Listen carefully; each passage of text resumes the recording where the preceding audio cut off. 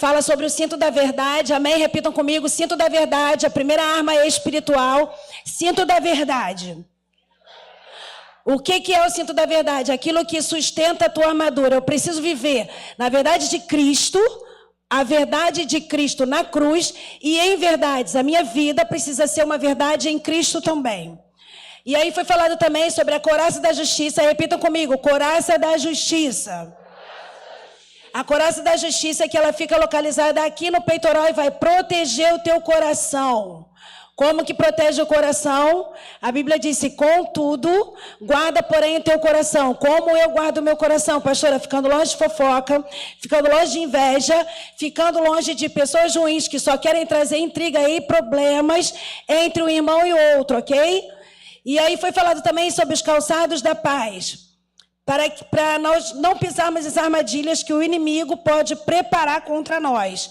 Quando eu entendo que eu vivo debaixo de uma paz que excede a todo o entendimento, pode estar acontecendo o caos que estiver. O calçado da paz, ele me traz essa certeza, aquele que me enviou, garante a minha vitória na guerra no final. E aí também a gente aprendeu sobre o escudo da fé. O escudo da fé é quando a gente, mediante aquilo que o pastor Sérgio falou sobre a palavra de Deus, quando a gente exercita a nossa fé. Como eu exercito a minha fé? A Bíblia vai dizer que a fé vem pelo que eu ouço, e quando eu ouço a palavra de Deus, eu exercito a minha fé. E aí o pastor Alexandre trouxe um exemplo de que a nossa fé, à medida que ela é exercitada, assim como o músculo, quando também é exercitado, quando é treinado, ela vai crescer.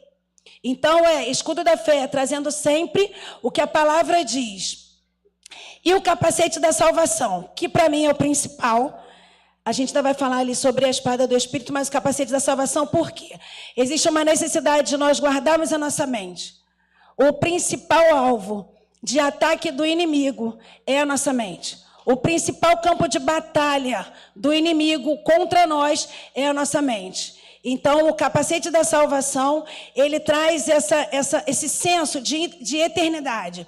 Um senso de que eu sei para que eu nasci, eu sei para onde eu vou, eu sei quem eu sou em Cristo, e o senso da eternidade vai guardar a minha mente, porque eu vou trazer à memória sempre aquilo que pode me trazer esperanças.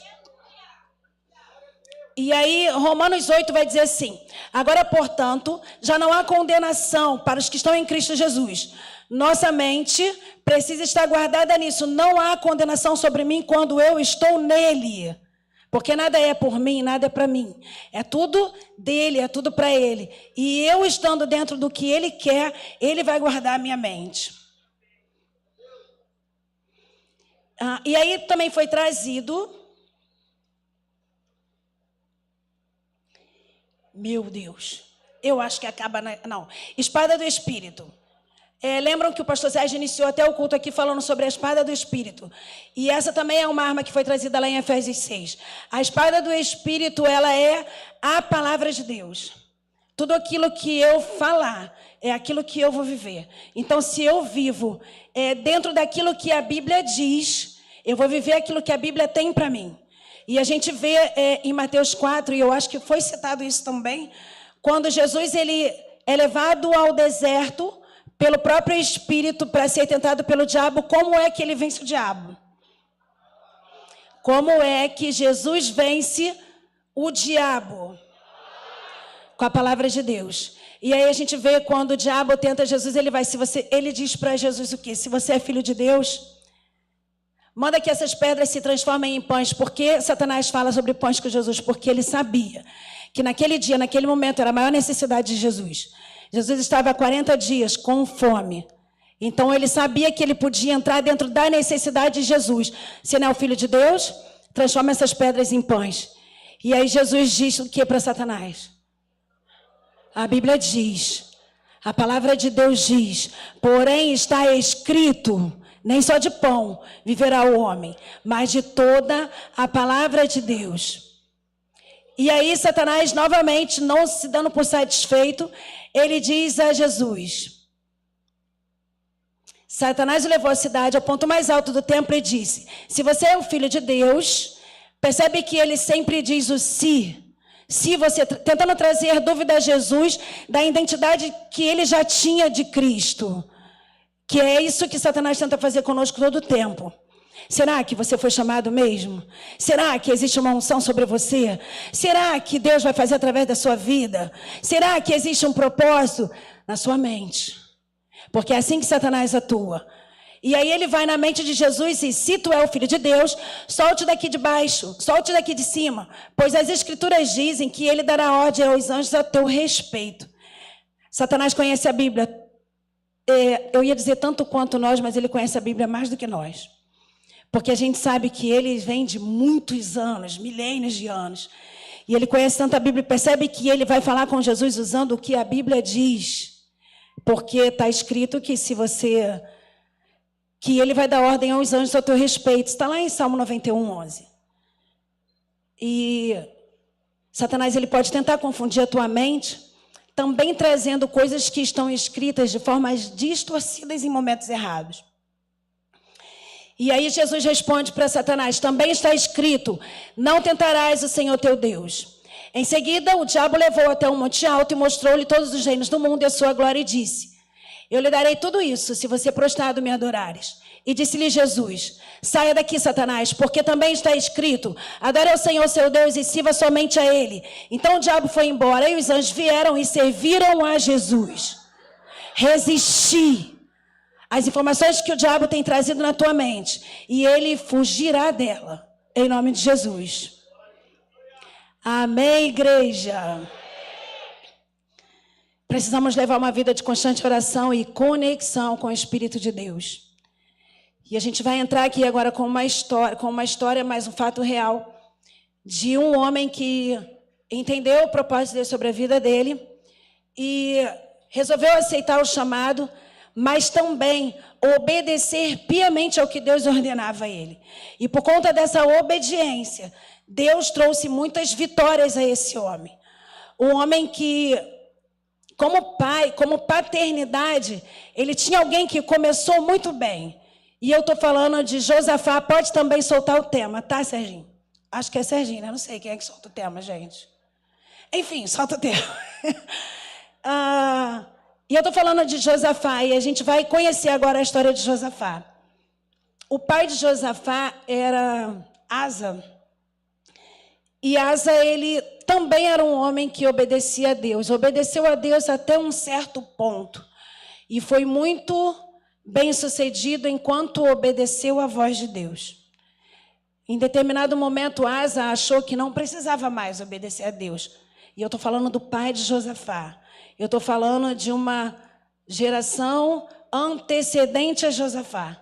Ele achou que não precisava mais e a partir daí, a vida de Asa foi de mal a pior. E ele começou a perder todas as guerras e até que Asa morreu. Josafá assume o comando, porque antigamente os reis se sucediam à medida que os pais morriam, o filho assumia.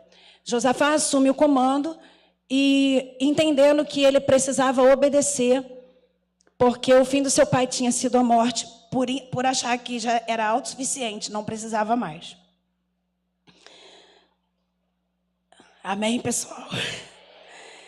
Vamos lá, abre aí ou anotem quem quiser anotar, a gente vai ler 2 Crônicas 17, do 1 ao 19.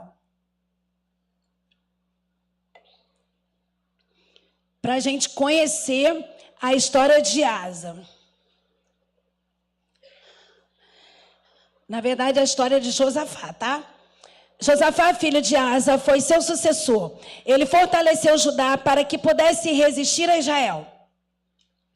Colocou tropas em todas as cidades fortificadas de Judá e designou guarnições adicionais para a terra de Judá e para as cidades de Efraim, que seu pai Asa havia conquistado. Assumindo o comando, percebeu? O Senhor esteve com Josafá, pois ele seguiu o exemplo dos primeiros anos de seu pai e não adorou as imagens de Baal. Buscou o Deus de seu pai e obedeceu os seus mandamentos, em vez de seguir as práticas perversas do reino de Israel. Por isso, o Senhor estabeleceu o controle de Josafá sobre o reino de Judá. Todo o povo de Judá trazia tributos a Josafá, e ele se tornou muito rico e respeitado. Comprometeu-se de coração a seguir os caminhos do Senhor. Removeu de Judá os santuários idólatras e os postes de Azerá. No terceiro ano do seu reinado, enviou seus oficiais Ben-Rail, Obadias, Zacarias, Natanael e Micaías para ensinarem em todas as cidades de Judá. Com eles foram os levitas Semaías, Netaías, Ebadias, Azael, Semiramote, Jonatas, Adonias, Tobias e Tobedonias e os sacerdotes, Elisama e Jorão. Eles levaram consigo... Não, eu queria que o 9 vocês lessem. A gente vai alternar agora, senão vocês vão dormir, tá?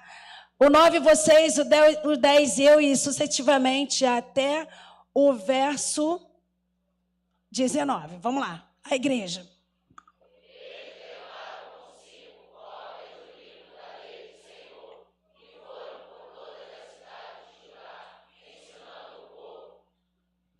Então o temor do Senhor caiu sobre todos os reinos vizinhos, de modo que nenhum deles declarou guerra a Josafá.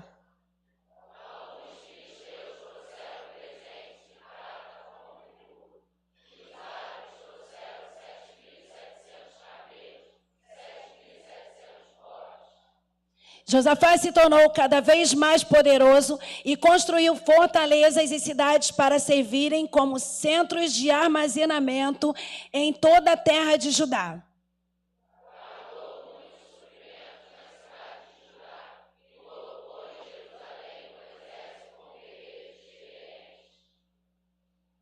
Seu exército foi registrado de acordo com os clãs. De Judá havia 300.000 soldados organizados em grupos de 1.000, sob o comando de Adna.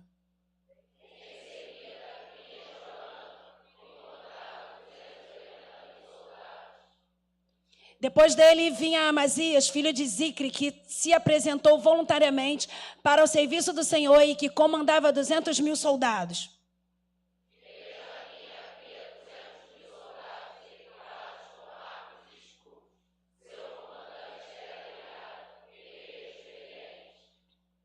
Em seguida, vinha Josabade, que comandava 180.000 homens armados.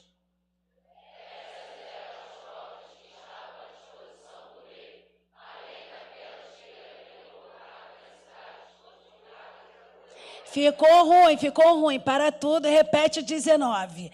Essas...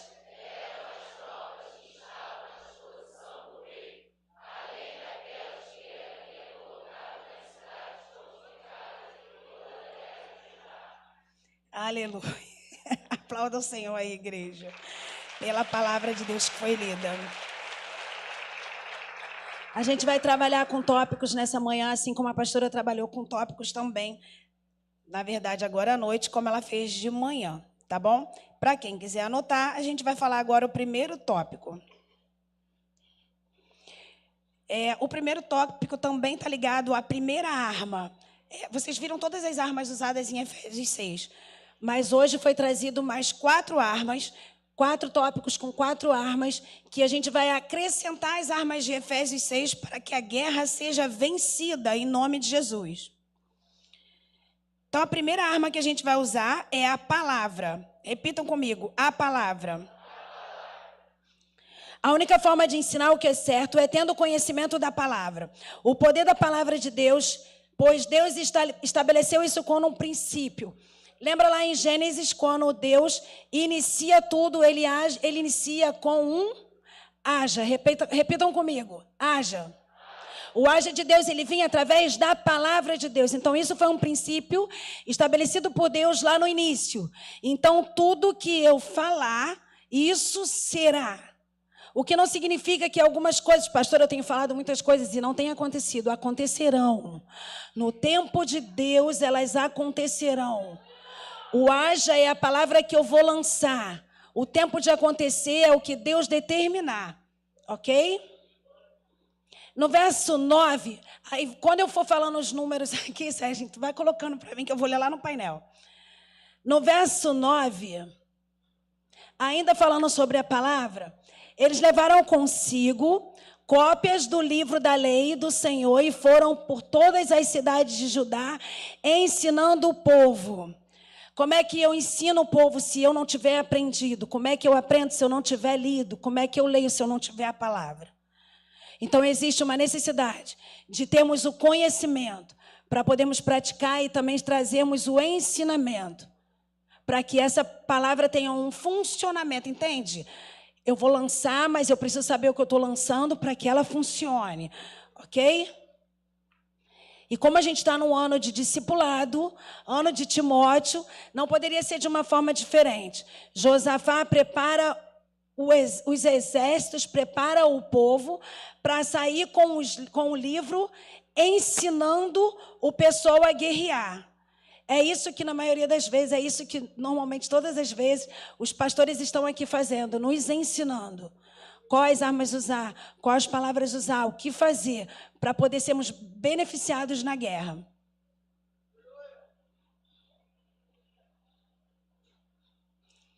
A gente vê também lá no verso 1 e no verso 2, eu queria ler de novo. Josafá fortalecendo Judá. 1 e 2. Josafá, filho de Asa, seu sucessor, ele fortaleceu Judá para que pudesse resistir a Israel. 2. Colocou tropas em todas as cidades fortificadas de Judá e designou guarnições adicionais para a terra de Judá e para as cidades de Efraim que seu pai Asa havia conquistado. Ele assume as terras que o pai dele havia conquistado e ele assume também uma postura de liderança que ensina, uma postura de liderança que fortifica, uma postura de liderança que mostra as armas para qual aquele povo precisaria lutar. E é isso que nós precisamos fazer também. Eu imagino que aqui não tenhamos só nós, pastores, supervisores, apoios pastorais também, mas temos também líderes também aqui. Então, líder é necessário, pastores, supervisores, é necessário que, ao ensinarmos os nossos discípulos, consigamos passar para eles a força que vem de Deus, na verdade, fortificando e fortalecendo eles com as armaduras corretas. Eu queria que colocasse lá em 2 Crônicas, capítulo 19, e eu vou ler do 4 ao 11.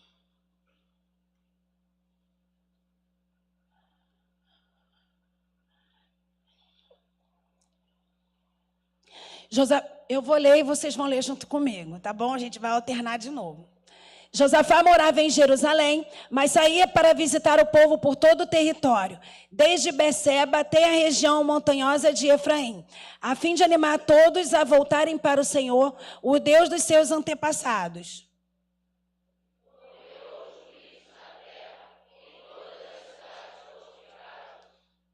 E lhes disse: sejam cuidadosos, lembrem-se de que não estão julgando para agradar as pessoas, mas para agradar o Senhor. Ele estará com vocês sempre que derem um veredito.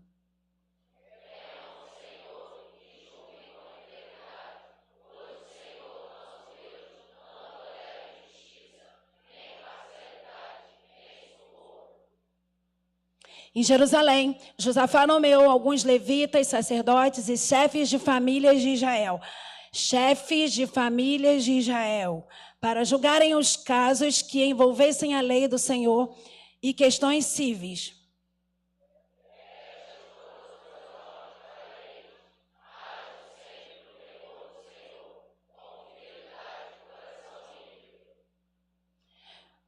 Toda vez que chegar até vocês uma causa de seus compatriotas israelitas de outras cidades, seja de homicídio, seja de outra violação da lei, dos mandamentos, dos decretos ou dos estatutos de Deus, advirtam-nos para que eles não pequem contra o Senhor, a fim de que a ira dele não venha sobre vocês e sobre eles. Se agirem desse modo, estarão livres de culpa.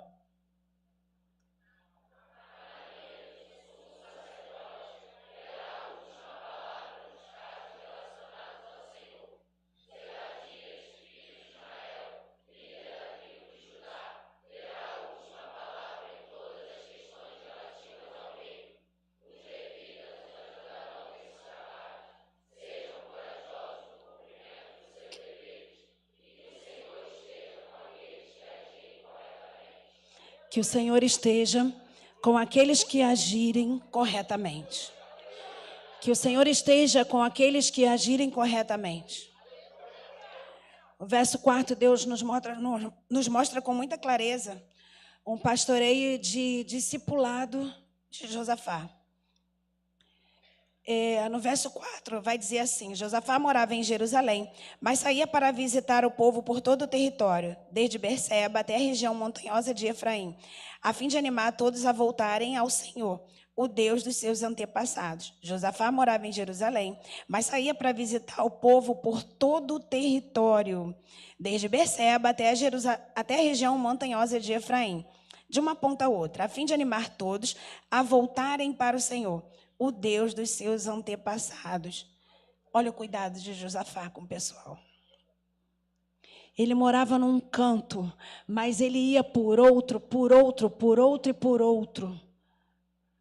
tentando fazer as pessoas entenderem a necessidade de voltar para Deus, de voltar para o Deus dos seus antepassados, de voltar para o Deus que os criou. Josafá ia nos desviados. Se ele está dizendo de voltar, é alguém que já esteve e saiu. E Josafá não se conformava em ficar dentro da igreja só recebendo. Josafá, como líder, como pastor, como supervisor, ele não se conformou. Tá bom aqui, eu estou recebendo, minha vida está abençoada, deixa o desviado para lá, problema dele, ele não está aqui porque ele não quer. Josafá ia por todo o território tentando convencê-lo. Ei, Jesus te ama. Ei, existe uma obra na tua vida. Ei, Deus ainda tem coisas para fazer por você. Vamos lá e vamos voltar para aquilo que o Senhor um dia te chamou. Ele não ficava dentro do templo, como muitas vezes nós nos acomodamos e ficamos, porque é confortável, é favorável para nós. Porque a gente não quer comprar guerra de ninguém, briga de ninguém. Para quê? Dá muito trabalho. Só que foi para isso, igreja, que Deus nos chamou. O ID de Jesus é lá fora. Aqui dentro é o tempo de comunhão. Aqui dentro é para adoração. Aqui dentro é para oferecer o sacrifício, as ofertas. Sensacional. Mas o povo está se perdendo lá fora. E a gente está achando que está bom, porque para a gente está bom. Características de um pastor e discipulador, para quem quiser anotar. Um pastor, ele precisa ser cuidadoso, então ele precisa ter cuidados. Ele também precisa gostar de fazer visitas. Não tem como eu discipular alguém sem acompanhar esse alguém, sem estar presente na vida desse alguém. Não posso dizer que sou um discipulador se eu fico parado esperando a pessoa só vir até mim. Um pastor e um discipulador, ele também traz instruções e orientações pela luz da Bíblia. Não foi isso que a gente vê Josafá fazendo lá atrás, lá no início? Instruções e orientações, instruções e orientações.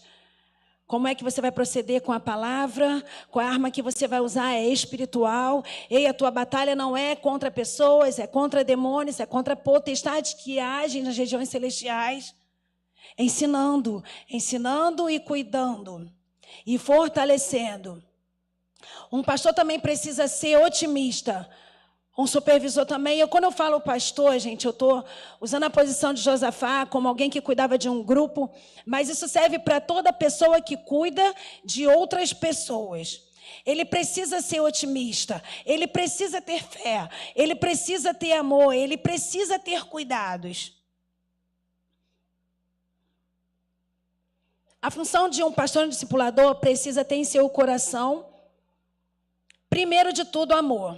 E depois entender que ele está ali para forjar e instruir, preparar e depois designar aquelas pessoas para outros lugares, para outros campos e a cuidar de outras vidas. Então, a nossa função como igreja é primeiro amar, depois forjar instruindo, ensinando. E depois a gente prepara essas pessoas e aí sim a gente diz o desígnio delas quais são. Vou mostrar isso para vocês lá no verso 5 a 8. Nomeou juízes na terra em todas as cidades fortificadas. E lhes disse: sejam cuidadosos, lembrem-se de que não estão julgando para agradar as pessoas, mas para agradar o Senhor. Ele estará com vocês sempre que derem um veredito. Temam ao Senhor e julguem com integridade. Com integridade sem parcialidade, sem ficar do lado de ninguém. É com imparcialidade, num todo, sabe? Fazer o bem sem olhar a quem, entende? Então, vamos lá. Temam ao Senhor e julguem com integridade, pois o Senhor nosso Deus não tolera injustiça, nem parcialidade, nem suborno. Em Jerusalém, Josafá nomeou alguns levitas, sacerdotes e chefes de famílias de Israel para julgarem os casos que envolvessem a lei do Senhor e questões civis. Questões civis, ela está ligada a, tipo, quem vai casar com quem vai cuidar de quem é filho de quem, essas coisas. O Senhor nos chamou para cuidar das pessoas, para cuidar das vidas em todos os campos que elas tiverem necessidade. Entendendo que cada um de nós foi designado para uma função. Assim, as pessoas que a gente cuida também. Você vai ter contato com pessoas que são mais devagar. E elas foram chamadas para uma coisa. Outras são mais aceleradas. Elas foram chamadas para outras coisas. E a gente precisa ter a compreensão. E entender que Deus vai usar ela também. Do jeitinho que Ele fez ela, do jeitinho que Ele forjou, do jeitinho que Ele criou. Essas foram as instruções que Josafá trouxe aos líderes que os havia formado. Agora a gente vai ler lá, no capítulo 19 mesmo, do verso 9 ao 11. Essas foram as suas ordens para eles. Hajam sempre no temor do Senhor. Não sei se está na mesma versão, tá? Tá. Hajam sempre no temor do Senhor, com fidelidade e coração íntegro. Toda vez que chegar até vocês uma causa de seus compatriotas israelitas de outras cidades, seja de homicídio, seja de outra violação da lei, dos mandamentos, dos decretos, dos estatutos de Deus, advirtam-se para que eles não pequem contra o Senhor, a fim de que a ira dele não venha sobre vocês e sobre eles. Se agirem desse modo, estarão livres de culpa.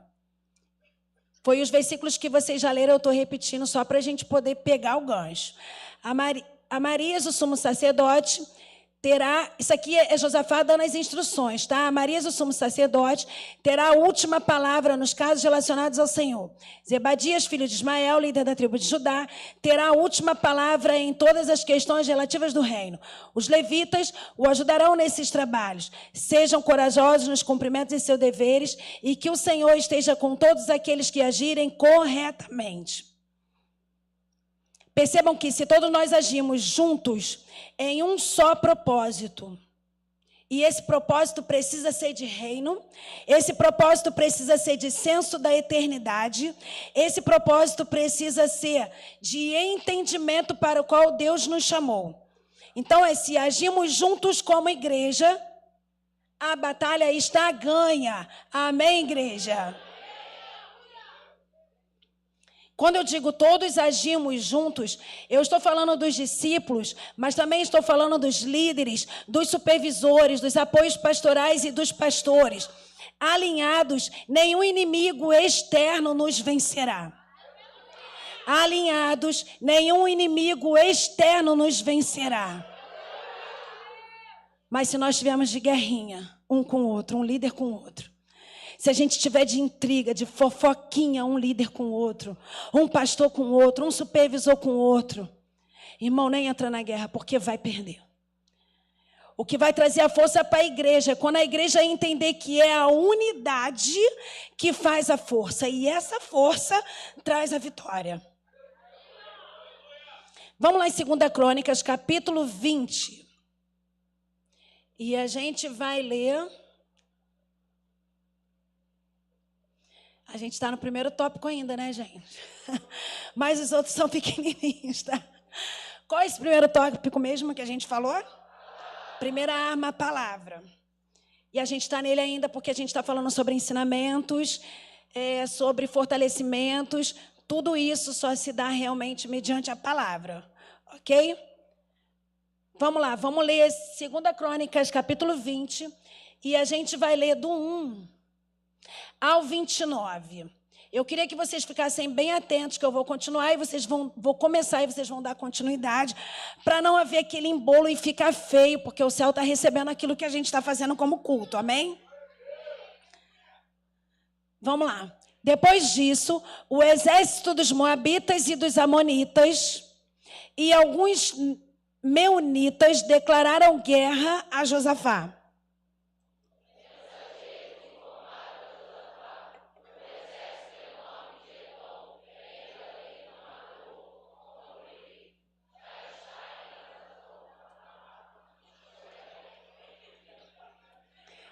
Tá bom, entendi.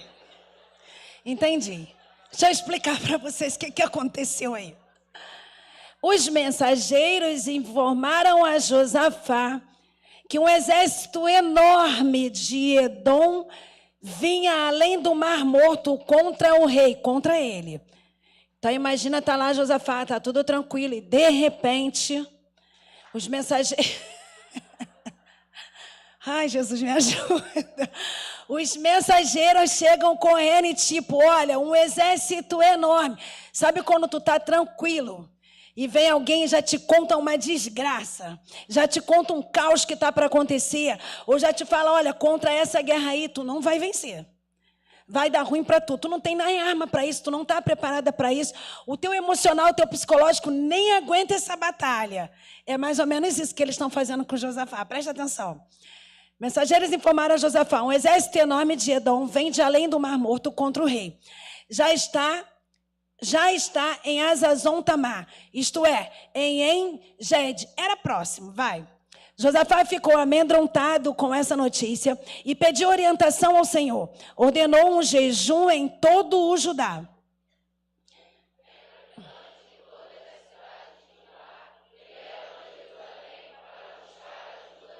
Aplaudam, foi certinho agora. Muito bem. Muito bem, direitinho. 5. Josafá se pôs em pé diante da comunidade de Judá e de Jerusalém em frente ao pátio novo do templo do Senhor.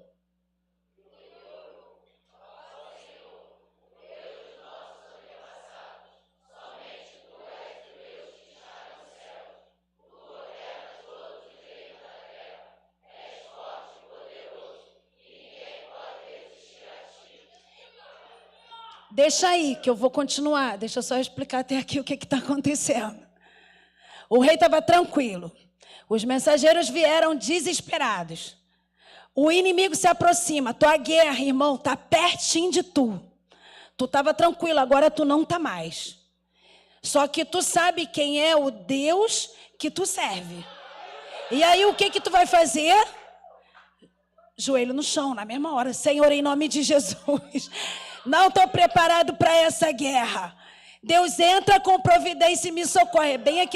É bem pentecostal aquela oração. Senhor, em nome de Jesus, vai entrando com providência. Vai enviando teus anjos. Cerca com muralha de fogo. Em nome de Jesus, destrói esses inimigos por mim.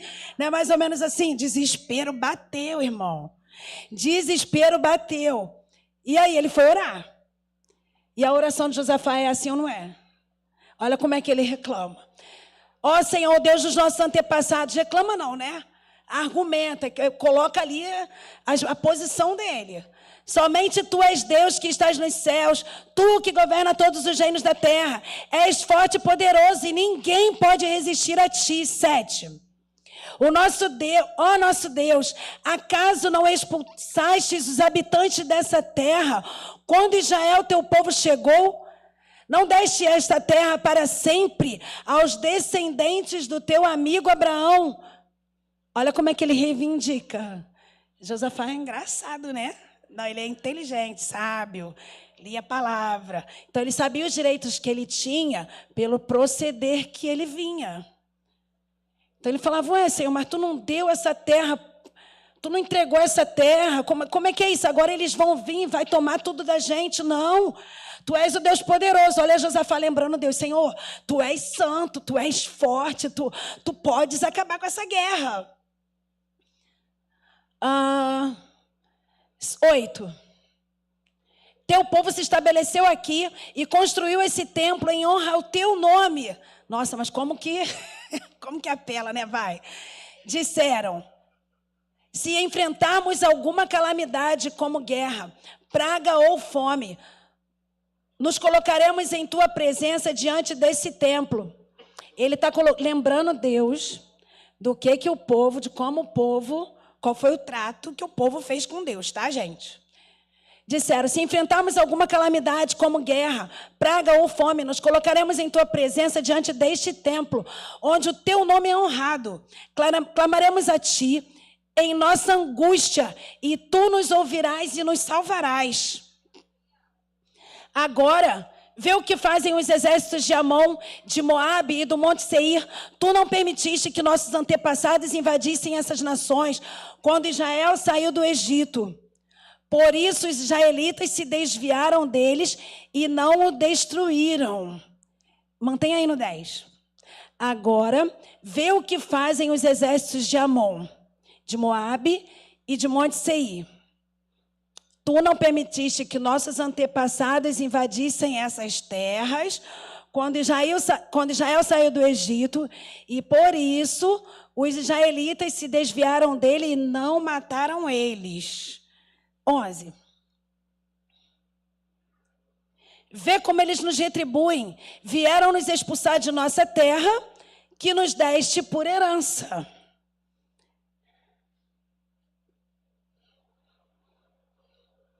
Ó nosso Deus, isso ainda é oração ainda, hein, gente? Para ver como é que tem que orar.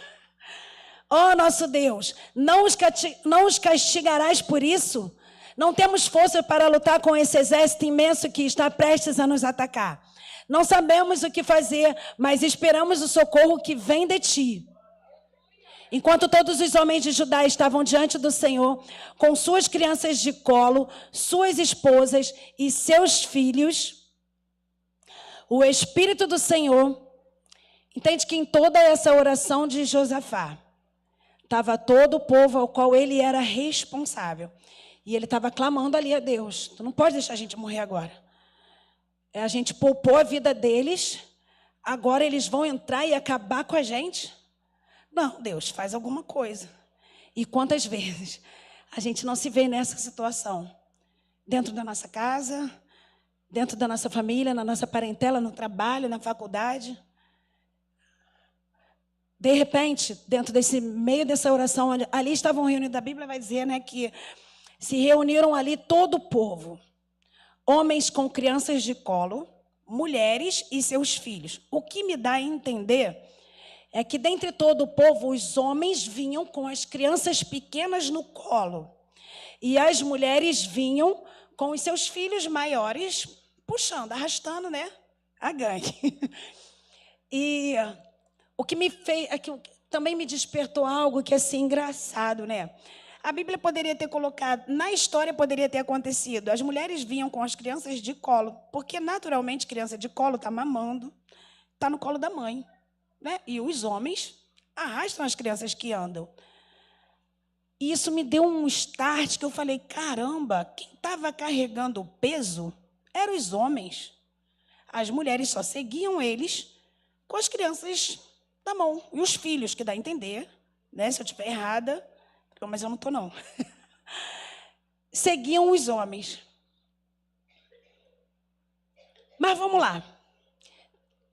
O Espírito do Senhor veio sobre um homem ali no meio. Seu nome era Jaziel, filho de Zacarias, filho de Benaia, filho de Jeiel, filho de Matanias, levita, descendente de Asaf. E ele disse, escutem-me todos vocês, povo de Judá e povo de Jerusalém, escute, rei Josafá, assim diz o Senhor, não tenham medo, não fiquem desanimados por causa desse exército imenso, pois a batalha não é sua, mas de Deus. Percebe que no 15, volta o 15. Volta o 14. O Espírito do Senhor veio sobre um homem. De novo, né? Vamos lá. 15, 16, pula. Amanhã, marchem contra eles. Vocês o encontrarão vindo pela subida de Ziz, no fim do vale que abre para o deserto de Jeruel. Quando os encontrarem, porém, não terão de lutar. Tomem suas posições, depois fiquem parados e vejam o livramento do Senhor. Ele está com vocês, povo de Judá e de Jerusalém. Ele está com vocês, povo de Reobote e de Realengo. Ele está com vocês, povo de Zona Oeste. Ele está com vocês, nação brasileira. O Senhor está com vocês e essa guerra não é nossa, é dele. A guerra é espiritual, entende? Guerra espiritual. Quem vai lutar com ela vai lutar com armas espirituais. Mas quem vai garantir a vitória para nós é alguém que está acima de nós. Está com vocês, povo de Jerusalém. Não tenham medo, nem desanimem. Saiam para enfrentá-los amanhã, pois o Senhor está com vocês. 18. Então o rei Josafá se prostrou com o rosto no chão, e todo o povo de Judá e de Jerusalém fez o mesmo, em adoração ao Senhor. Segue. Em seguida, os levitas dos clãs de Coate e de Coré se levantaram para louvar em alta voz ao Senhor, o Deus de Israel.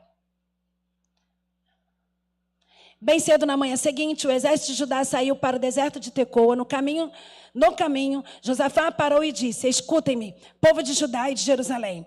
Creiam no Senhor seu Deus e permanecerão firmes. Creiam em seus profetas e terão êxito.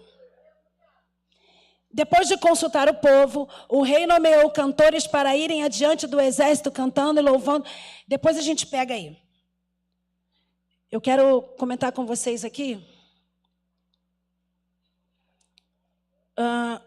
Anotem o segundo tópico. Arma. Segundo tópico, segunda arma, jejum. Segundo tópico, segunda arma, jejum. Só falta duas, gente. Calma aí.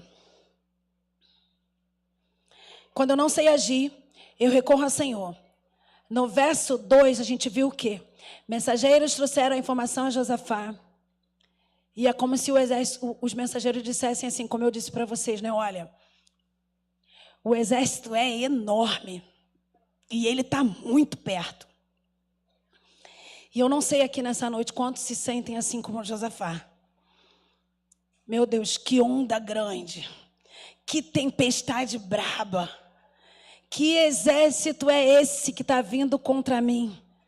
E de repente, blum, me atropelou. Muito perto. No 3, Josafá ficou amedrontado com essa notícia e pediu orientação ao Senhor. Ordenou um jejum a todo Judá. E é por isso que a gente entende que a segunda arma foi o jejum. Tá ok? Então, primeira palavra é em que eu me pauto. Depois, o jejum é o que eu preciso entender e fazer. A Bíblia diz que existem castas de demônios que só sairão mediante a muito jejum e oração. Então, dependendo, irmão, da batalha que eu tô, é no jejum que eu preciso entrar.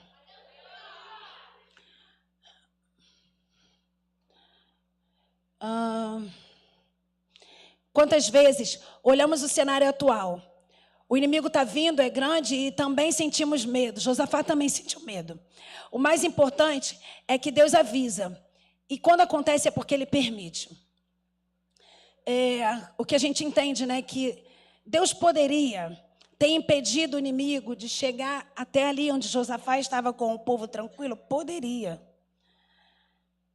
Mas Deus sabe que mar tranquilo não vai forjar bons marinheiros. Então, se você quer se tornar um bom marinheiro, se prepara para a tempestade forte. E você pode dizer assim, pastor, não quero não. Pode deixar. Eu tenho uma amiga que certamente ela diria assim, quero não me tornar. Precisa não ser um bom marinheiro, não, tão bom assim, não. Deixa eu ficar aqui na lagoinha, assim, tranco na gala, na lagoa, no oceano, um negócio tranquilo. Se para me tornar um bom marinheiro eu preciso passar por uma tempestade, quero não.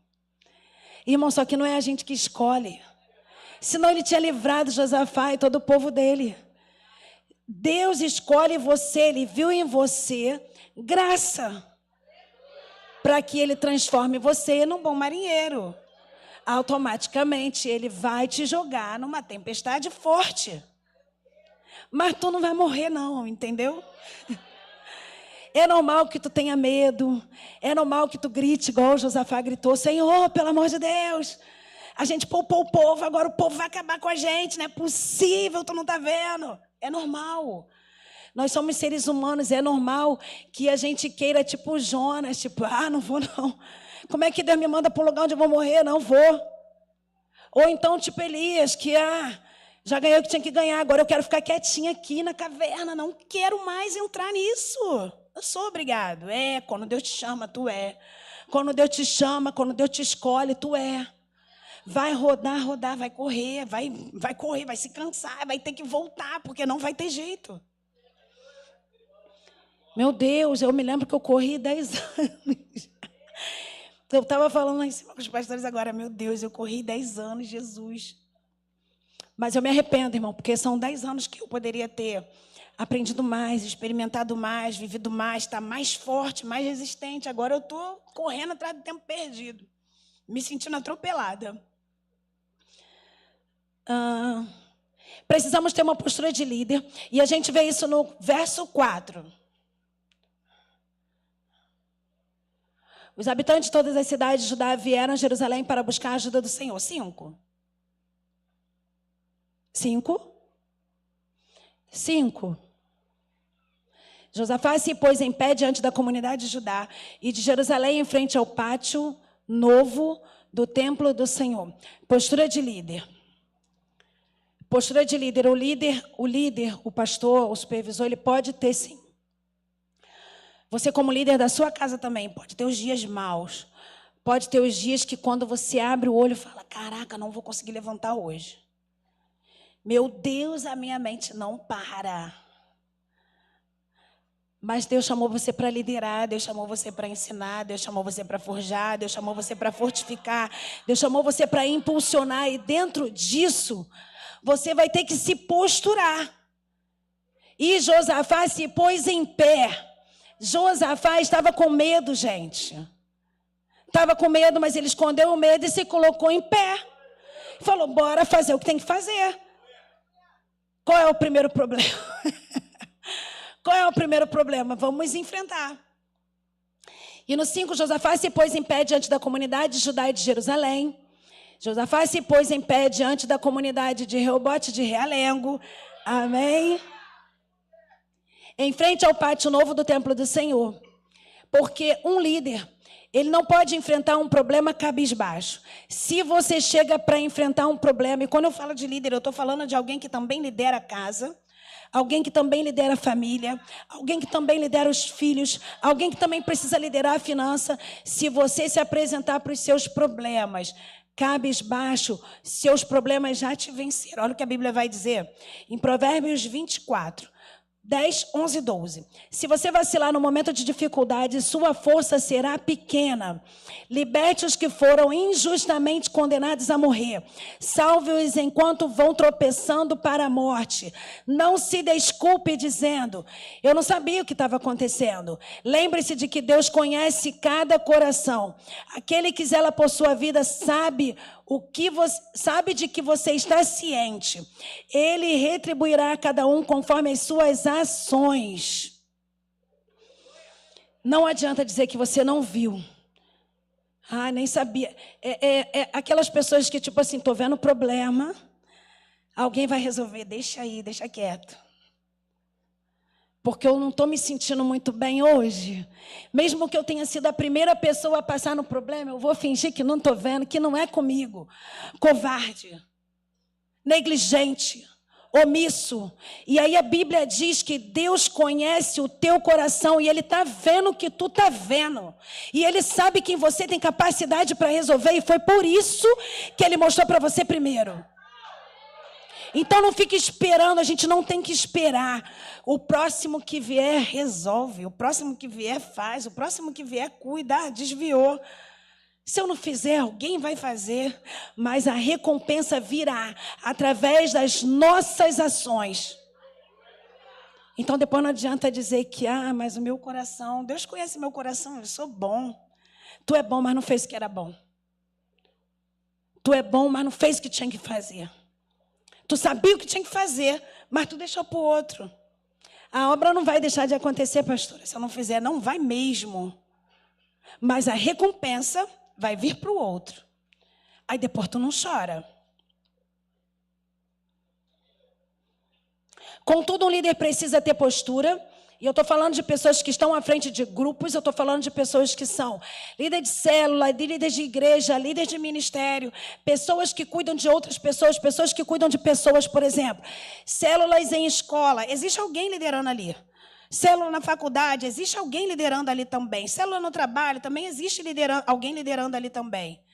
Essa pessoa precisa ter uma postura, mas ela também precisa saber falar. Antes de falar, mesmo sabendo falar, você pode ser educadinho e saber falar. Você pode ser manso e saber falar. Mas se você não praticar, você não pode falar. Praticar, porque a gente sabe que uma fala que eu acho que é até do pastor Castro, essa, que eu gosto muito. Não sei se é dele ou do pastor Sérgio. Palavras convencem. É do pastor Castro, gente. Dá um aplauso ao Senhor pela vida do pastor Castro. Porque ele é uma bênção. Vai ministrar no próximo sexta-feira, pessoal, não faltem. Que o Senhor te guarde, tá, meu filho? Em nome de Jesus. Quando a gente é colocado muito em evidência, assim, né? O bagulho fica doido. Mas o Senhor está te guardando. Palavras convencem. Vocês podiam anotar isso aí, né? Com letra bem grande, palavras convencem, mas o que arrasta são os exemplos daquilo que eu pratico. Já viu um pai e um filho? Irmão, você pode falar tudo que o teu filho tem que fazer, ele vai fazer o que tu fizer. Ele vai ser como tu é, ele vai falar como tu fala. Olha que responsabilidade. Pais, mães também. Responsáveis. Com os filhos espirituais não é diferente não, tá, irmão? Você pode ensinar a Bíblia todinha, se ele não vê tu praticando, ele não vai fazer.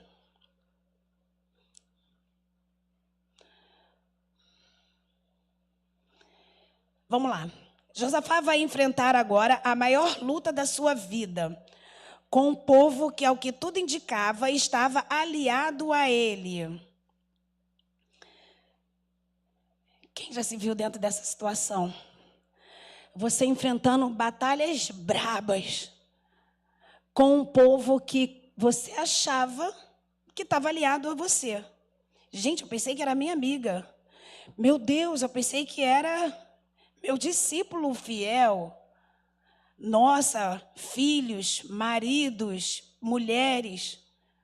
Essa galera era para estar leal, para ser leal. E muitas vezes se levantam contra você. E com Josafá não foi diferente. Bota aí 2 Crônicas 20 no verso 1. Não, na verdade, verso 1 não, no verso 10 e 11, que eu vou ler. Agora, vê o que fazem os exércitos de Amon, de Moabe e de Amoê. Tu não permitiste que nossos antepassados invadissem essas nações quando Israel saiu do Egito. Por isso os israelitas desviaram deles e não os destruíram. Vê como nos retribuem. Vieram nos expulsar de nossa terra e que nos deste como herança. Às vezes cuidamos, poupamos, e quando a gente vê, as pessoas se levantam contra nós, né? Pessoas que deveriam estar ali aliadas a você, se levantam contra você. Mas Deus, Ele está à frente das nossas guerras e é Ele quem nos justifica. E nós também precisamos entender que não fazemos nada para ninguém. É tudo para Ele. É tudo por Ele. Porque é tudo dEle. Então, eu não estou aqui para fazer e depois querer um retorno. Sabe? E aí, no 13, a gente vai ver famílias inteiras buscando a Deus.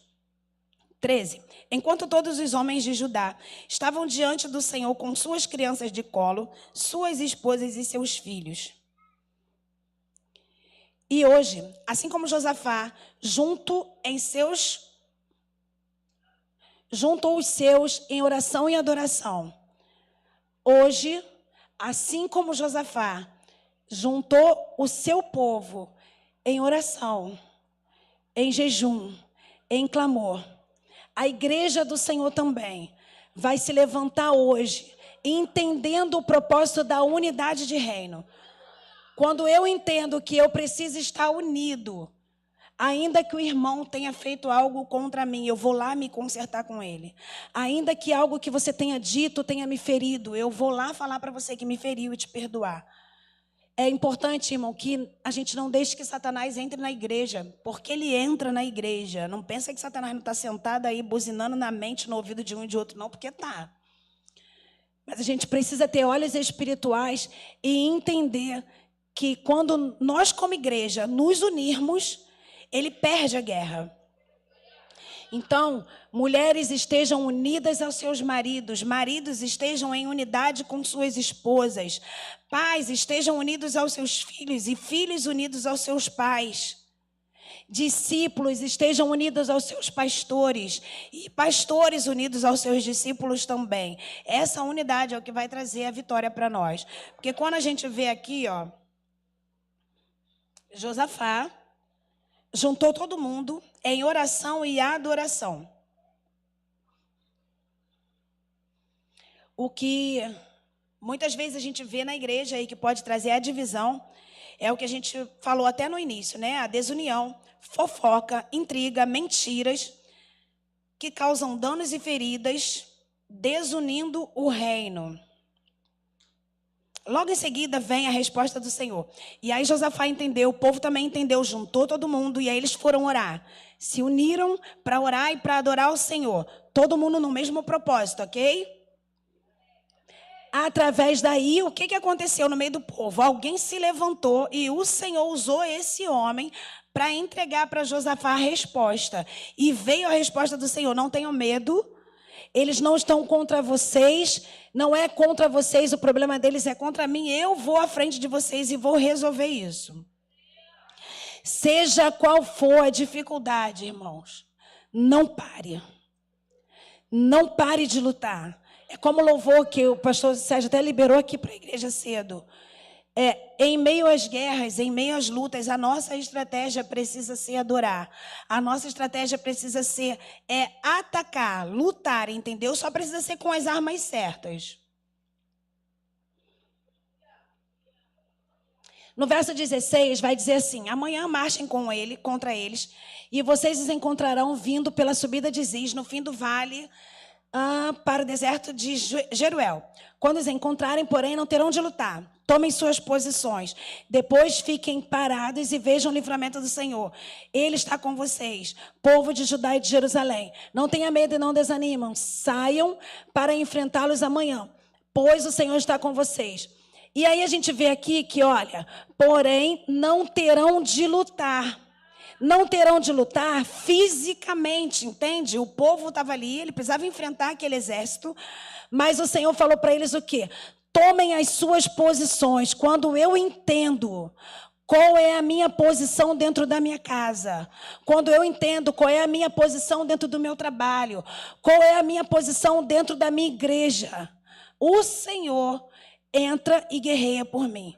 Então tomem as suas posições. Foi chamado para ser pastor, pastoreia.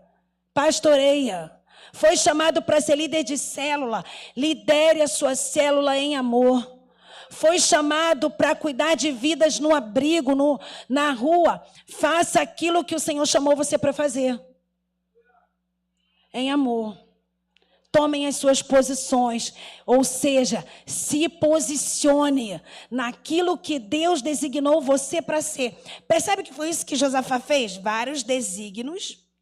E Deus levantou alguém e disse para ele: tomem as suas posições, não precisam lutar. Não é físico, é espiritual. Tomem as suas posições, tomem as suas armaduras, tomem as suas armas espirituais, que a gente já falou aqui quais são. Tomem as suas armas espirituais, posicionados, e vamos vencer. Em nome de Jesus. Quarto tópico. Eu falei o terceiro, gente. Meu Deus, pulei. Achei. É porque eu fui embora. Vamos lá. Terceiro tópico, anotem aí. Terceira arma, oração. Aí vocês viram que a gente comentou, né? Sobre a oração de Josafá. Que Josafá, na verdade, sabia tudo que ele vinha fazendo, como ele vinha, quais eram as práticas dele. E aí você vê uma reivindicação de Josafá quando ele ora a Deus.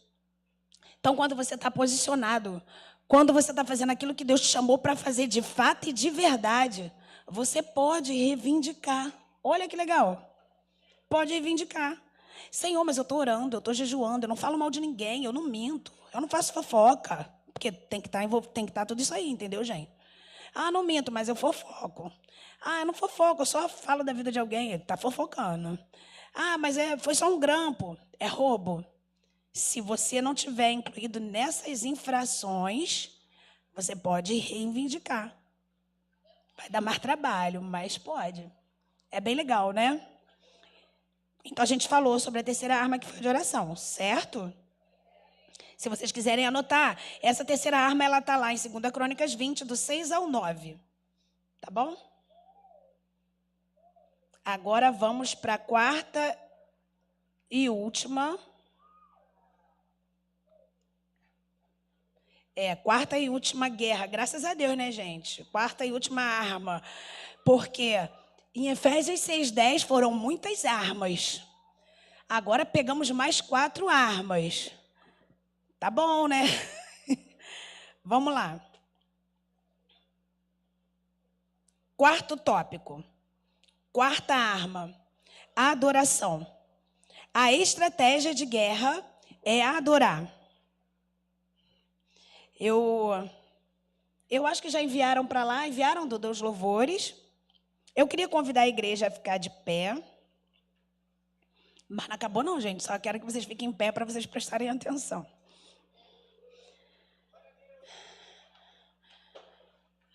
Se já utilizamos aqui todas as armas, né? De oração, de palavra. Jejum é para a nossa vida. Agora nós vamos utilizar a arma de adoração. Estratégia de Deus sobre nós. Adorar. Enquanto você me adora, eu resolvo os teus problemas. Enquanto você me adora, eu curo as suas feridas. Enquanto você me adora, eu fortifico as tuas armaduras. Enquanto você me adora, eu fortaleço a sua fé.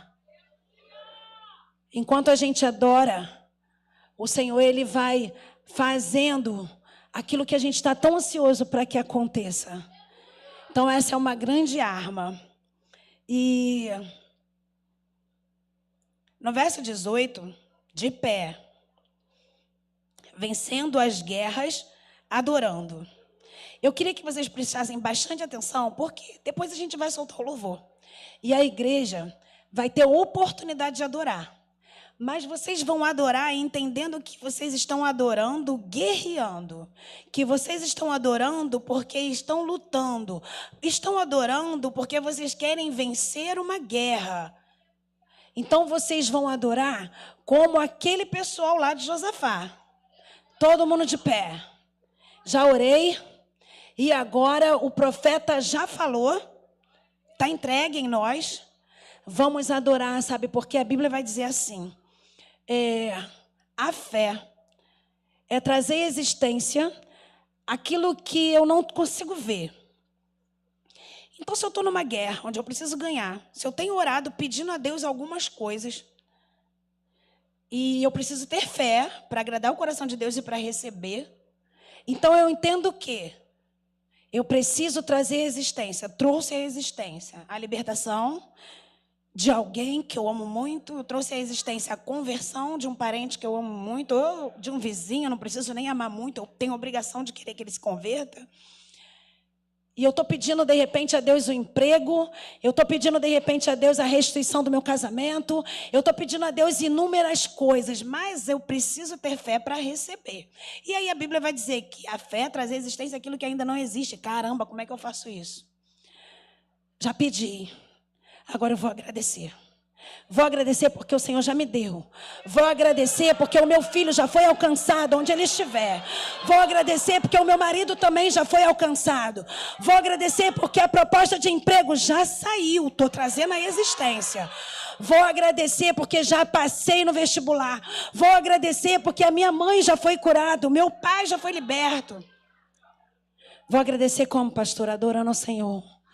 Como um ato, como uma prática de agradecimento, de gratidão. A gente só adora quando a gente é grato. Então, que sejamos gratos. Estratégia para vencer a guerra. Adoração.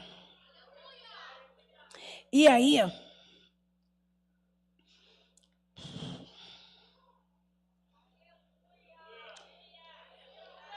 no verso 22 diz assim: no momento em que começaram a cantar e louvar, eu queria que vocês prestassem atenção. A gente não pode estar aqui perdendo algumas horas do nosso domingo. A gente está aqui com um propósito.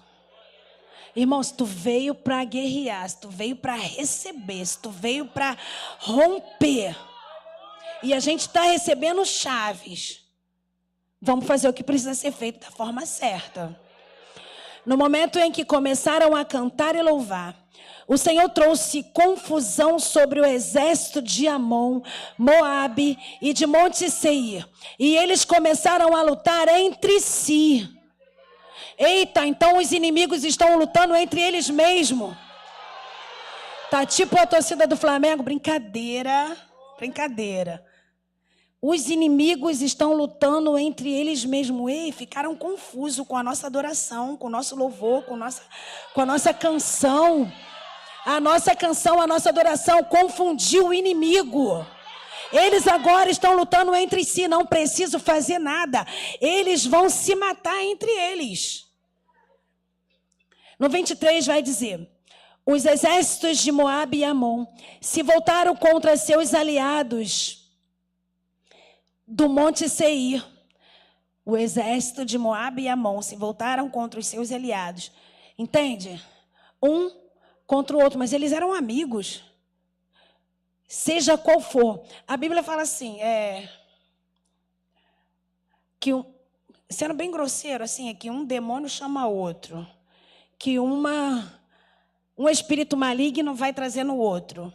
Então, exércitos inimigos, aliados, juntos, porque eles agem em unidade. E a igreja precisava entender isso. O exército do inferno age em unidade, respeita hierarquias. E a igreja quer guerra. A igreja quer desrespeitar a hierarquia. A igreja quer brigar entre si. E desse jeito, o inferno já ganhou. Mas agora a gente entendeu. Não posso mais brigar entre irmãos. Preciso estar unido. Não gostei de algo, vou lá e converso. Me feriu, vou lá e perdoo. Peço perdão também, esclareço as coisas. É bom ter as coisas esclarecidas. E aí a gente vê que o resultado é esse aqui. O exército de Moabe e Amon se voltaram contra os seus aliados no Monte Seir e mataram todos eles. Eles brigaram entre si e se mataram entre eles. Depois que haviam destruído o exército de Seir, começaram a atacar uns aos outros. Moabitas e amonitas se juntam e lutam contra o exército de Monte Seir. Morreu todo mundo do Monte Seir. Agora moabitas e amonitas, guerreando entre si. Ué, mas eles não queriam pegar o exército de Josafá? Queria. Mas agora eles estão se matando entre si, porque Josafá e o povo de Josafá estão unidos em um só propósito de adoração, em um só propósito de oração, em um só propósito com as mesmas arras, cada um na sua posição, cada um no seu chamado, cada um no seu quadrado, um respeitando o outro. No 24, Quando os homens de Judá chegaram ao local de onde se avistava o deserto, viram apenas... Quando os homens de Judá, pessoal de Josafá, vocês estão entendendo, né? Chegaram ao local de onde se avista o deserto, viram apenas cadáveres no chão, onde se podia enxergar. Não escapou nenhum só dos inimigos.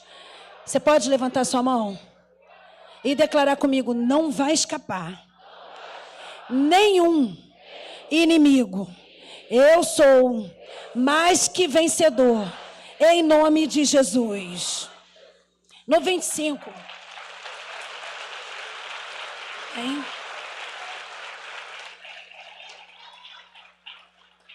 Vamos lá, no 25. O rei Josafá e seus homens saíram para recolher os despojos. Terra dominada.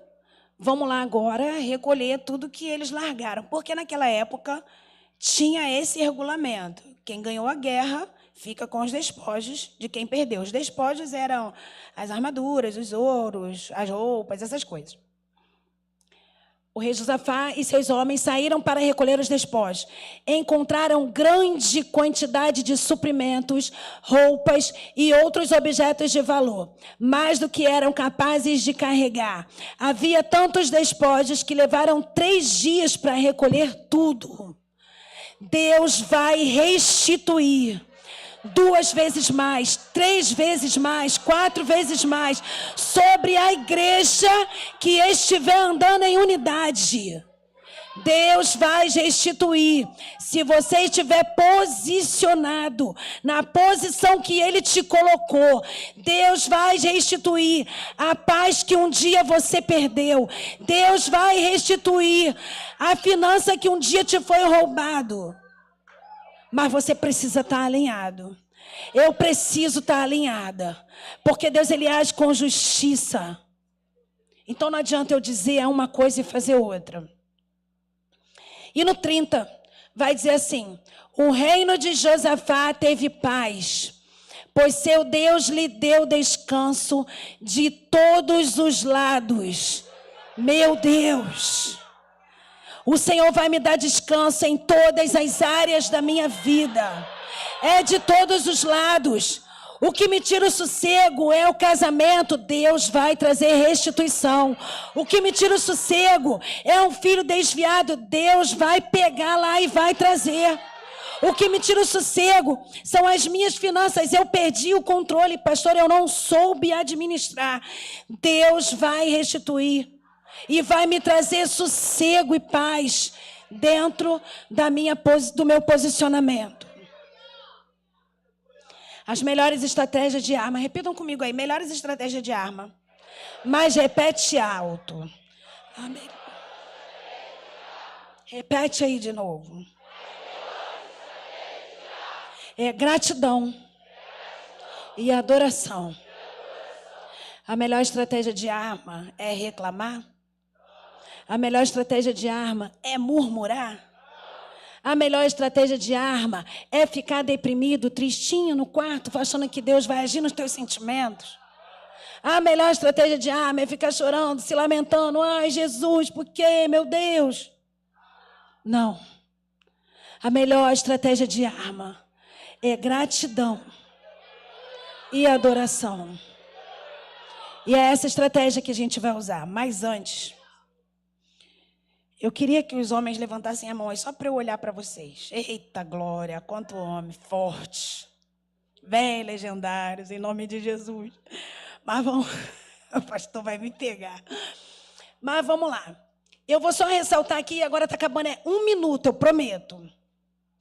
Vou ressaltar aqui o verso 13, enquanto diz assim: enquanto todos os homens de Judá estavam diante do Senhor, com suas crianças de colo, suas esposas e seus filhos. Como eu frisei lá atrás, os homens de Judá vinham, seguindo Josafá, era para tal da reunião. Os homens vinham, imagina aí. Conjectura aí na mente de vocês, imagina a história. Josafá mandou chamar.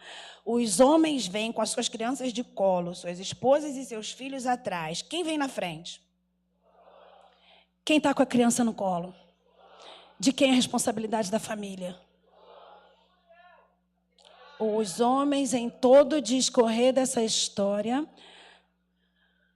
estão à frente. Você vê.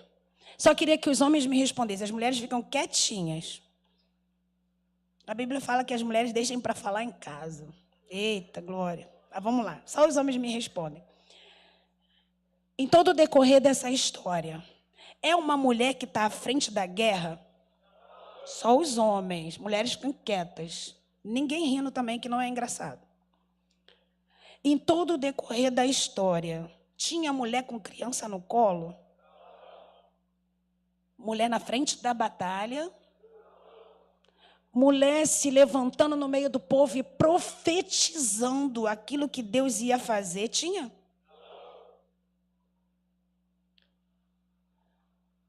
Vocês viram mulheres decidindo se ia atacar o exército ou não, se estava na hora de atacar o exército ou não, se... O que a gente faz? Eram as mulheres? Mulheres não foram criadas por Deus para isso. Mulheres não foram criadas por Deus para estar na frente da batalha, para decidir a hora de entrar na guerra ou não. Mulheres não foram criadas por Deus para carregarem a carga. Mas elas estão fazendo, pastora. Sabe por quê que elas estão fazendo? Porque os homens não fazem. E é por isso que elas estão fazendo. Está errado. E se continuar assim, vai dar ruim. Porque Deus chamou primeiro o homem. E quando eu volto lá em Gênesis de novo, Deus fala com quem primeiro? O homem de novo.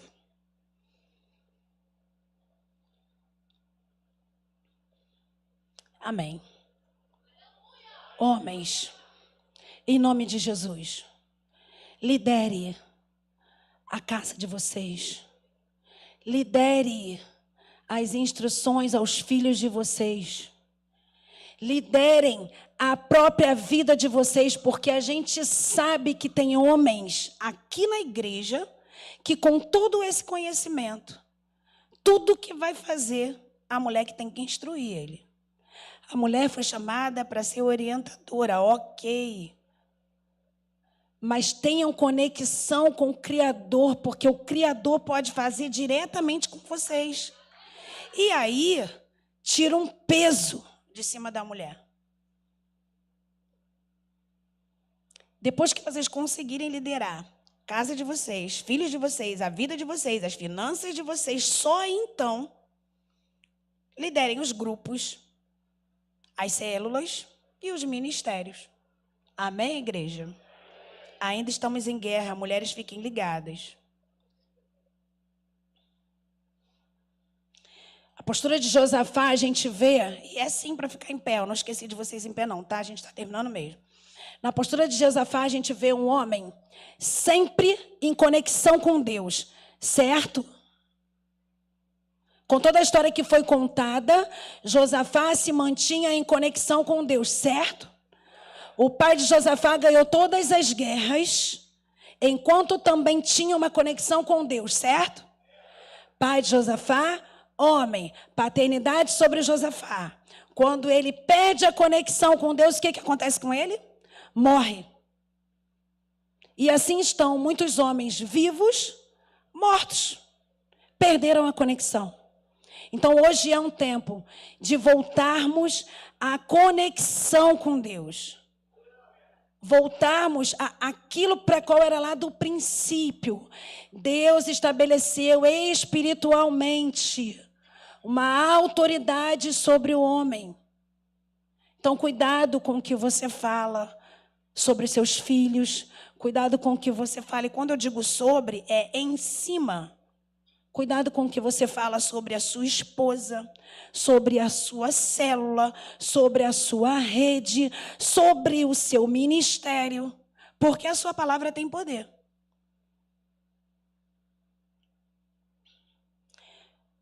Um líder precisa ser posicionado, positivo, otimista, encorajador, submisso à voz de Deus e impulsionador. Repitam comigo, um líder precisa ser posicionado, positivo, otimista, encorajador, submisso à voz de Deus e impulsionador. Quem nós temos sido como discipuladores? E qual tipo de discipulador você deseja se tornar? Todo conhecimento que Deus traz para a igreja é para trazer vida. Todo conhecimento é para trazer crescimento. Então, quando eu recebo o ensinamento, trago para a minha vida, me posiciono, Deus, Ele traz vida e prosperidade sobre mim. Amém, igreja? Vamos lá. Qual é a principal e mais